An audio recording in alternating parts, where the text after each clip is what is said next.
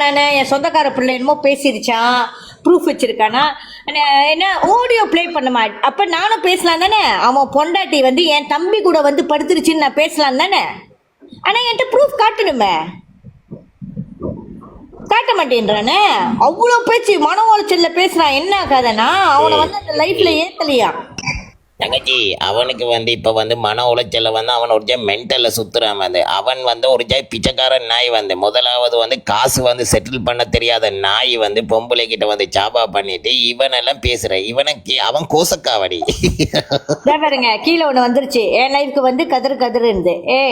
நீ போய் கதறாம எங்கேயாவது அழகா உட்காரு போ. ஒரு இடத்துல உன் குண்டி உட்காருதா? எல்லா லைஃப்லயும் மேயணும் மேஞ்சி கதறு கதறான். திவ்யாவை நீ பேசாத. திவ்யாலாம் ஜென்டிலு. அதெல்லாம் வந்து என் கூட ஜாயின் பண்ணி வச்சு செத்துருவனி. கைய வச்சாலே தெரியும் ஆம்பளையா இல்லையா அப்படின்னு அவன் மூஞ்ச பார்த்தே ஒரு பொம்பளை சொல்லுவா. உன் மூஞ்சி சொத்த மூஞ்ச பார்த்தாலே தெரியுது நீ ஆம்பளையே இல்லைன்னு. உன் பொண்டாட்டிக்குதான் போலாரு. நீ ஆம்பளைன்னு இல்ல பொண்டாட்டிக்கு தொட்டா வலிக்குமாம? அப்ப என்ன பார்க்க அழகு பாக்குறதுக்கா கல்யாணம்னா? கேட்டாதான் உன்னோட பொண்டாவாலும் தண்டவாளத்துல ஏறது தெரியும்.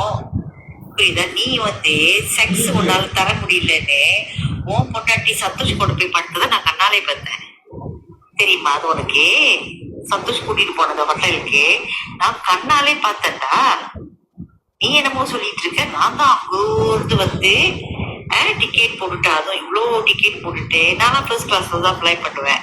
ஒன்ன மாதிரி பிச்சைக்கார பையன் இல்லை, பொம்பளைங்கள்ட்ட காசு வாங்கி திக்கிறவன் இல்லை. புரியுதா? அங்க இருந்து ஃபர்ஸ்ட் கிளாஸ் இங்க ஆம்பளே இல்லை பாரு.